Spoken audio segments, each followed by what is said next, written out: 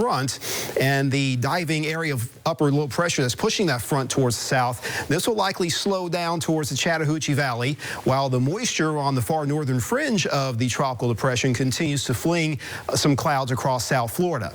That system will be moving towards the northwest through tomorrow morning, as our winds will be mostly from the southeast through a good portion of your Saturday morning and afternoon. So that will prompt a good sun and cloud mix, enough warming to get it kind of hot and humid, as Saturdays usually are in early August. A couple of showers bubbling up with cloud cover that can produce a scattering of rain and thunderstorms.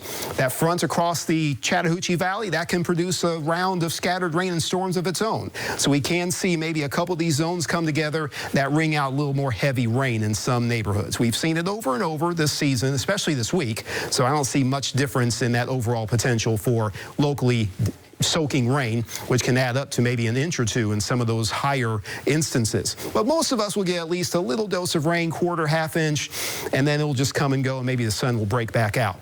However, we'll extend the projection into Sunday and Monday as far as local rain. This may be undercutting the overall totals into Monday morning.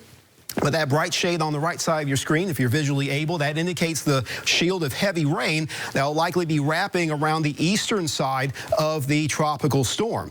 It is still forecast to move its way into the northeastern Gulf, paralleling the west coast, but may have a little more opportunity to come into the eastern Big Bend as far as its center goes.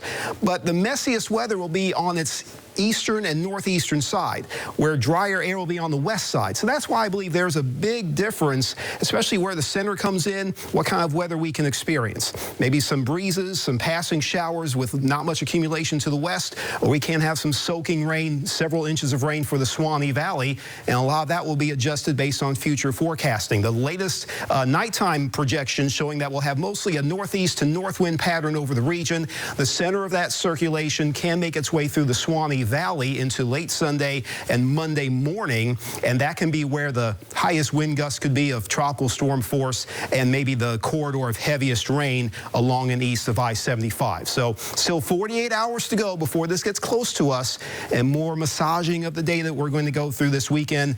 I'm not going to be taking a break as far as monitoring things from home.